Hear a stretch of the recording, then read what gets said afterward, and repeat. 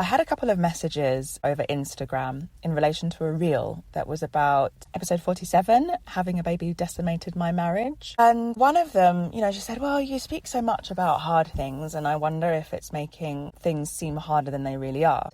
I didn't take it personally, but I thought, maybe I'm going to do an episode that's a little bit more celebratory, because of course there are days when it's really difficult and there are days when it's really amazing, and then there are days where it's kind of humdrum. But I think that being a mother is a real gift, even on the days when it's hard, and sometimes it's just a good thing to be able to remind ourselves of that.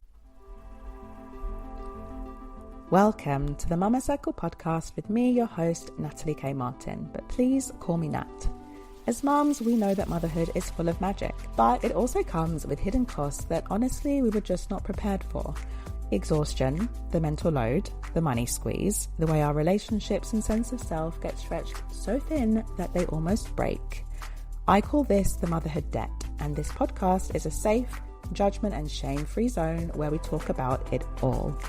I'm going to be bringing you personal stories, conversations with other moms, and practical tools to help you feel less alone and more supported as you go along this wild roller coaster ride of motherhood. So whether you're joining me on your 2 a.m. night feed, out and about running errands, or cooking dinner for your family, I want you to know that you are doing big and important work. And in case nobody has told you this today, you've got this. So if you're ready, let's jump in. Hello, welcome back to my car for another episode of the Mama Circle podcast. I'm so happy you are here. As always, if you're returning, thank you for tuning back in again. And if you're brand new, however you have found the Mama Circle podcast, you're so welcome here. Hello. So today's episode, it's a little bit special actually, because it's about a year now since I started conceptualizing the Mama Circle podcast. I knew that I was not really showing up in the same way as I used to for my menstrual cycle awareness coaching, and was just really feeling all of the feels, being, in the throes of new motherhood and wanting to speak to that really, and to feel like I could give myself the permission to speak about all the things that were happening with me in my world, and not trying to restrict it all to menstrual cycle awareness. And so it kind of feels like a bit of an anniversary actually, that it's been a year now since the Mama Cycle podcast has been floating around, at least in my awareness. And today I really want to reflect on the gifts that becoming a mum has bestowed upon me, the gifts that my gorgeous little man, Jackson, has brought into my life. So one of the reasons why I wanted to record this particular podcast episode is I had a couple of messages received over Instagram in relation to a reel that was about episode 47, having a baby decimated my marriage. And one of them, she said, well, you speak so much about hard things and I wonder if it's making things seem harder than they really are. It wasn't something that I paid that much attention to, honestly, because I am not sure that she actually listened to the podcast. I think she was responding more to the reel. But also because I am that person. I am that person who's a bit contrary, who says things that maybe other people don't want to say, who will kind of be the devil's advocate, and I share what's going on. And I think I've shared that a lot on this podcast, that I think it's kind of obvious. We know that like parenthood and having children is an amazing thing. Otherwise, why would we do it?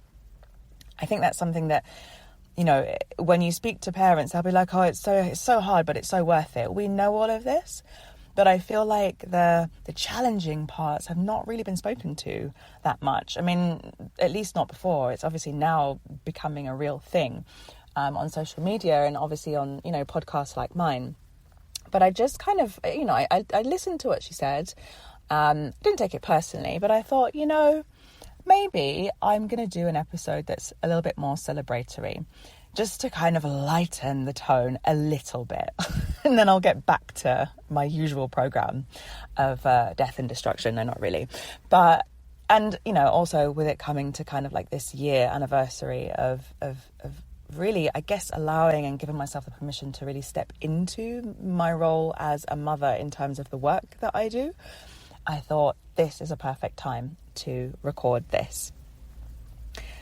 And I think that it's also a way for me to, and I hope that by sharing these gifts with you, that you're also able to perhaps look at your own motherhood journey and, look at what having your child or your children has brought into your life. Because, of course, there are days when it's really difficult, and there are days when it's really amazing. And then there are days where it's kind of humdrum and, you're just getting through it. But I think that being a mother is a real gift, even on the days when it's hard. And sometimes it's just a good thing to be able to remind ourselves of that. And also just to say that some of these gifts, they can be a bit of a double-edged sword. I think when we think about gifts and things that we get a gift, it's usually something really good. It makes us feel good. It's usually something that we want. It's something that has advantages, benefits. And this might be, some of these things that Jackson has given me they're definitely gifts, otherwise they wouldn't be on the list. But it could also be that they're gifts that have come with a little bit of a bitter taste, I guess we could say. Or it's one of these processes where it's hard to be in it, and it's hard to go through it, and it's hard to see yourself in the situation that you're in. But it's also one of those gifts where you can see that it's, you're going to get something really amazing out of it. So let's jump into that. Okay, so gift number 1, clarity. Having my child, and I don't know what it's like to have a daughter. I only have a son, but I'm going to go as far to say having a son as well has really helped me to just see things with more clarity, see things more clearly. Challenges that come with having a child, the upsides, the joy, the chaos, the everything has helped me to just see things without rose-tinted glasses all the time. It's helped me to see where certain relationships were no longer serving me, where they were perhaps one-sided, where I was perhaps bringing more effort than the other person, where they were relationships that were, I guess, situationships is usually used in a kind of romantic, sexual way. I don't mean it like that, but I guess it's helping me to see where certain relationships are situationships. And also where my heart just wasn't in certain connections. And I think that's because you just don't have that much time anymore. And so the time that you have is really special, and you really want to spend your time with people who you really want to spend your time with. I think it's also helped me to see in certain relationships things that are no longer acceptable to me. So, certain behaviours, certain topics, certain themes, things that I maybe just kind of swept under the rug or just, went along with. Actually, I decided, that doesn't feel like it's in integrity for me anymore. Also because I became really aware of, my son being a sponge and soaking up everything that he sees and everything that he hears, and, the things that he's growing up with and seeing and learning will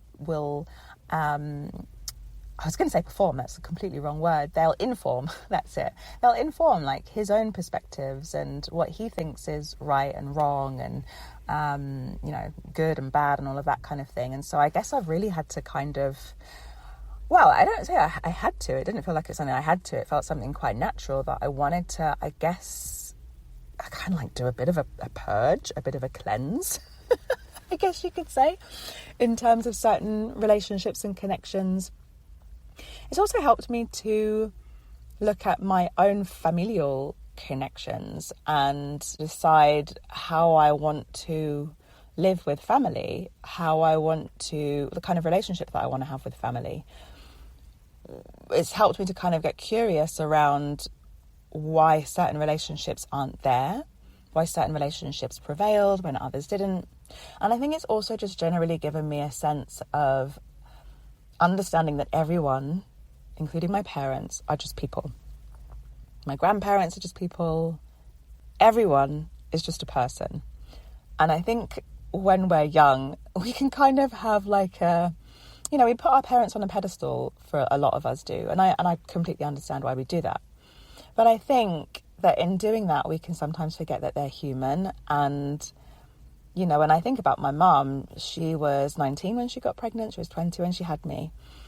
And, I have really very clear memories of her being my age, which I find just wild, like so clear, because she's 20 years older than me, right?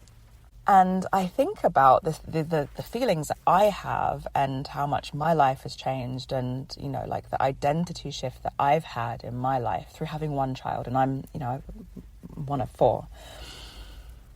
And I think, wow, like my mom was just a person. She was a woman, a young woman, a teenager on the cusp of her life. And she probably had her own hopes and dreams. Not probably, everyone has their own hopes and dreams and images of what they want to achieve and where they want to go and what they want to do and who they want to be. And so much of that changes or is extremely streamlined when you become a parent, because you automatically close off all of these other options. Maybe not forever, but certainly for a good chunk of your life. And I think that, it's just helped me to see like everybody is just a person. Everyone is just a person with their own hopes and their own dreams and their own wishes and their own stuff that they have to work through, their own stuff that they have to be okay with letting go of, their own stuff that they have to learn to embrace and to be okay with. So yeah, it's given me the gift of clarity and just seeing things as they really are, seeing what and who is real and what isn't, seeing where there's illusion versus reality. And that has in turn helped me to see, actually, am I in alignment with my values? Which is a really great gift. And I guess this also leans into gift number 2, which is the gift of focus. I mean, I was a pretty focused person anyway, but as I've shared here before, I was definitely also, a procrastinator in lots of ways. And motherhood has just stripped away the unnecessary time, unnecessary energy, unnecessary people, unnecessary work, unnecessary everything. It's not to say that I'm 100% efficient all the time. I'm absolutely not. I'm maybe not working so heavily in the realms of menstrual cycle awareness, but I am very much a cyclical being. As much as I don't get to do everything the way that I used to in terms of following my cycle before becoming a parent, but I definitely do still respect and follow a cycle of productivity and rest. So it's not that I'm, just working all the time and there's no joy and there's no space for fun. But again, it's just that like wasting time just feels massively annoying to me right now. And I want to make the distinction between wasting time and enjoying time. I don't think it's a waste of time to just sit and look out the window anymore. I don't think it's a waste of time to sit and flick and read through a magazine when I've got the time. I think that there are certain activities and certain things that we can do that really replenish us and help us to really enjoy the time. But wasting time, being busy for busy's sake, doing things that actually there's no real point in doing, is something that I just don't have the patience for anymore. I've become really intentional with what I do and who I do it with and how I do it. And I am by no means perfect at it. It is, there's a spectrum of how intentional I am, given on how much sleep I'm operating, or where I'm at in my cycle, or, what activities, tasks, appointments I've got on in that day, whether my child is sick, all the rest of it.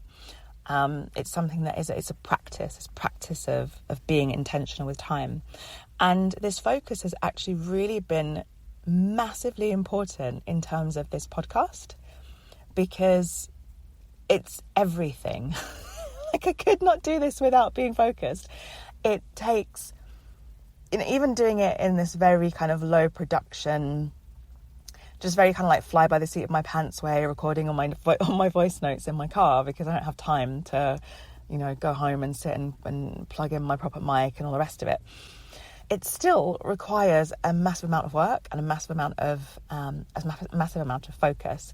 And so it means, okay, understanding who am I speaking to? What am I speaking about? That's where, at the beginning of the episode, I said this concept of the Mama Circle came about, because I started to get focused on what it was that I wanted to speak about, who I wanted to speak to, who I wanted to resonate with.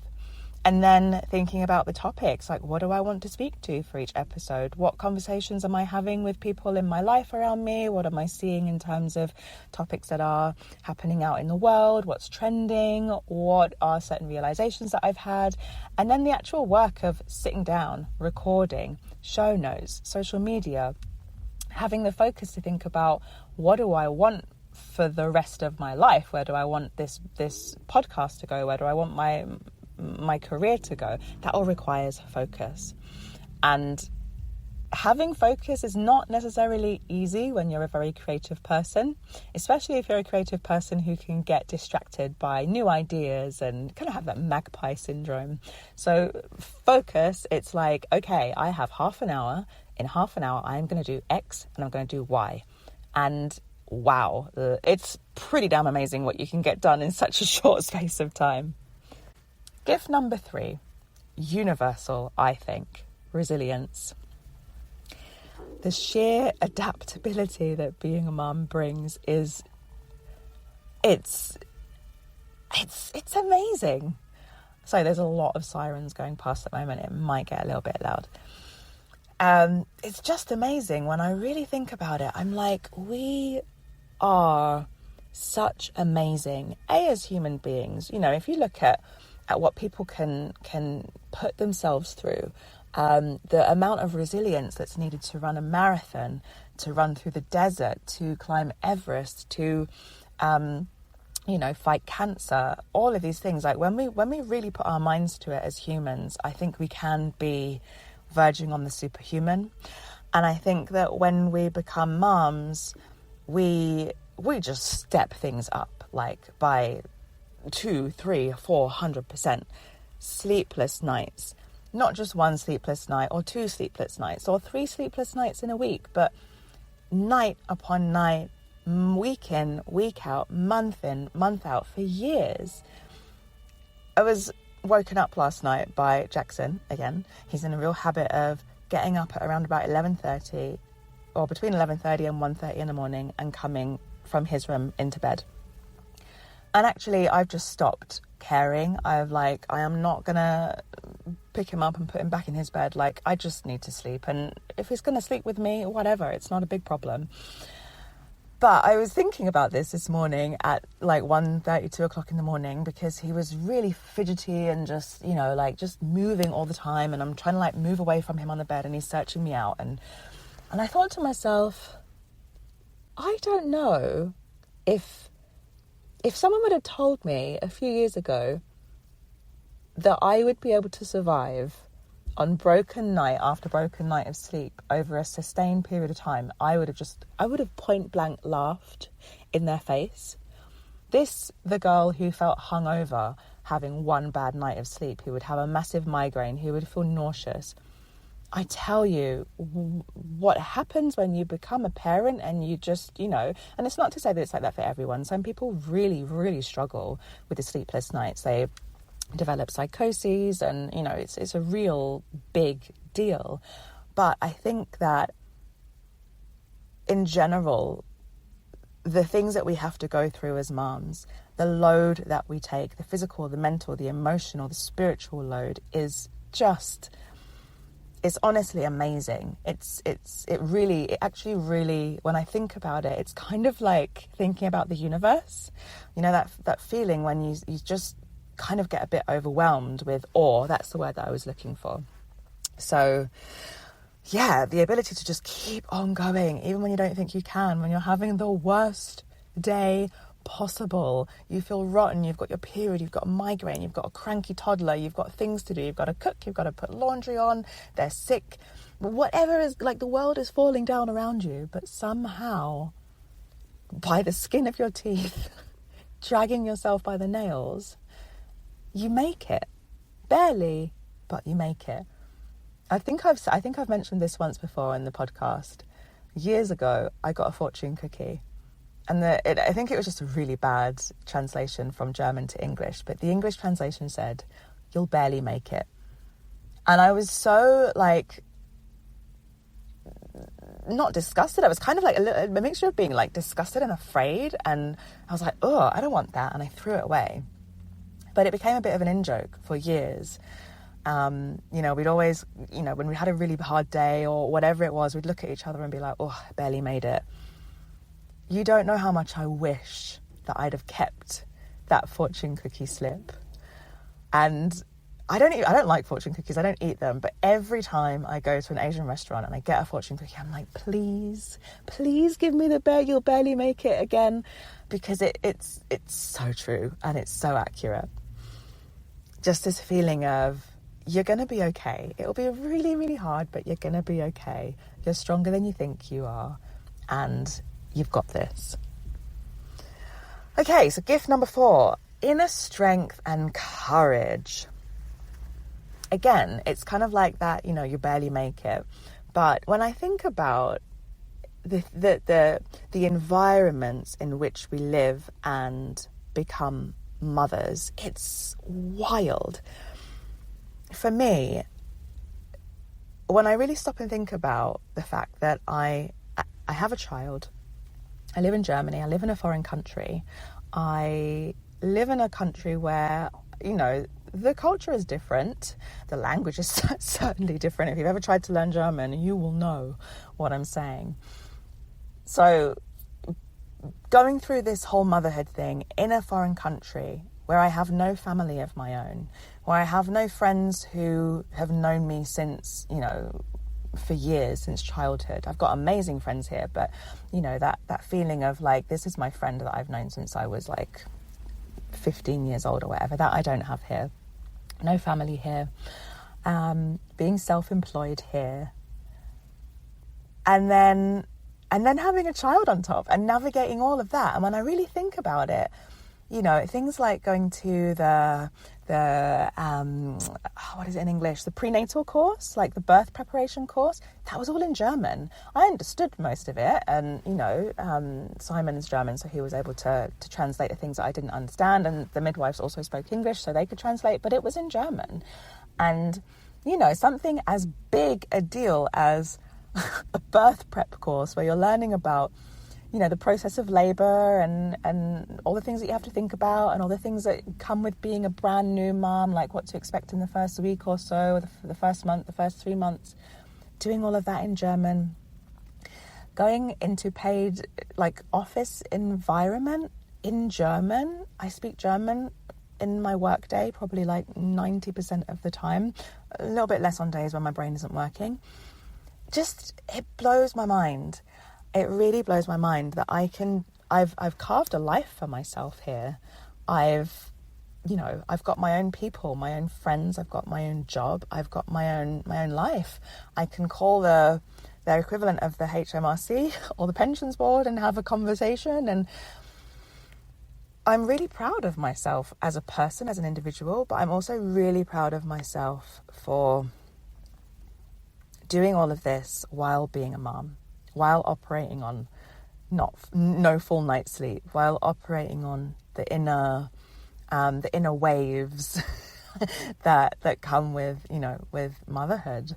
And I think that inner strength and courage is something that we all have, we all tap into. And I guess it's that kind of almost like primal urge, like we've got to get on. We've got to get on and do this no matter what. Like, we don't have an option. We have our babies and our children to look after, and we have a life to live and a life to protect. And so I think that when we tap into that feeling, it's like we can really do anything. And I think motherhood gives us that inner strength and that inner courage. And it's also meant that I've been able to make decisions that have felt really difficult, that maybe on paper or on the face of it, or, if you would just tell it to some, like an acquaintance, they'd be like, what? Are you crazy? Really? Because you tap into that inner knowing, you tap into that inner strength, that courage to do what is necessary for you and your babies. Yeah, it's a very big gift. a very, very big gift.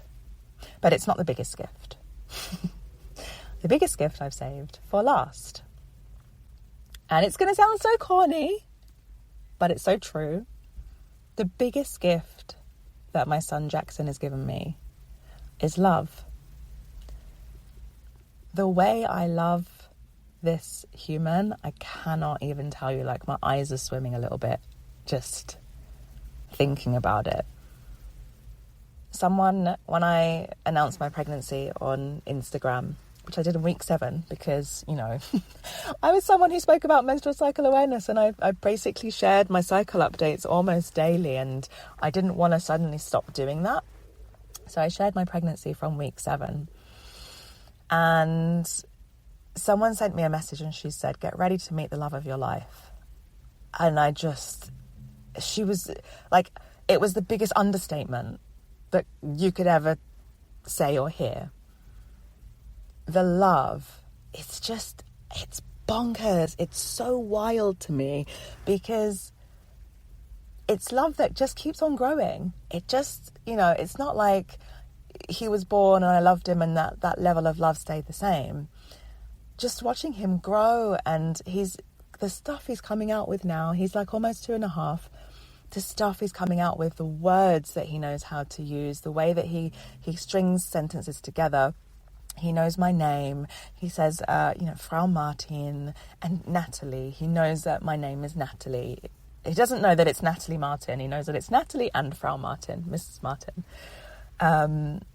He knows how to ask if you slept well, how are you? And he's doing this in English and he's doing it in German, in Bavarian. And I'm like, who are you? You are the most awesome person in the whole wide world. And I literally cannot cope with how like bowled over I am with him.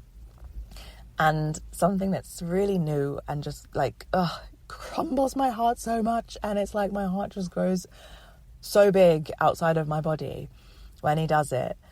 He comes to me and he puts his hands on my cheeks and he says, "I love you so much." And I'm just like, oh my God. I have fallen hook, line and sinker, and there's, just throw away the key, everything in love with this person.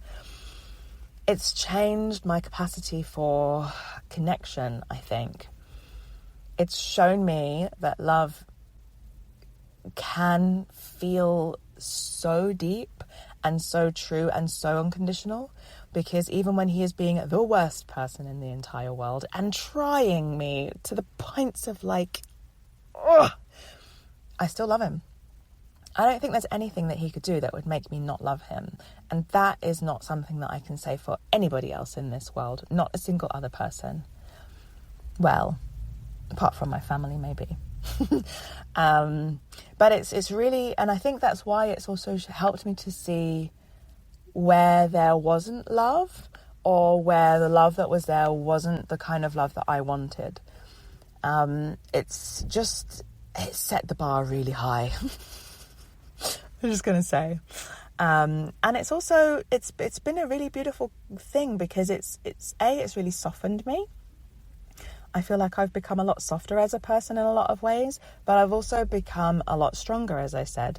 And I feel like because I know what this love feels like, I'm just not here for, there's just certain things that I'm just not here for. So it's softened me in lots of ways, but it's also really like emboldened and strengthened me as well. So, Jackson, if you are ever listening to this as you get older, I don't want to think about me not being there while you're listening to it, but if you're ever listening to this when you're older, thank you. You've just given me so much love.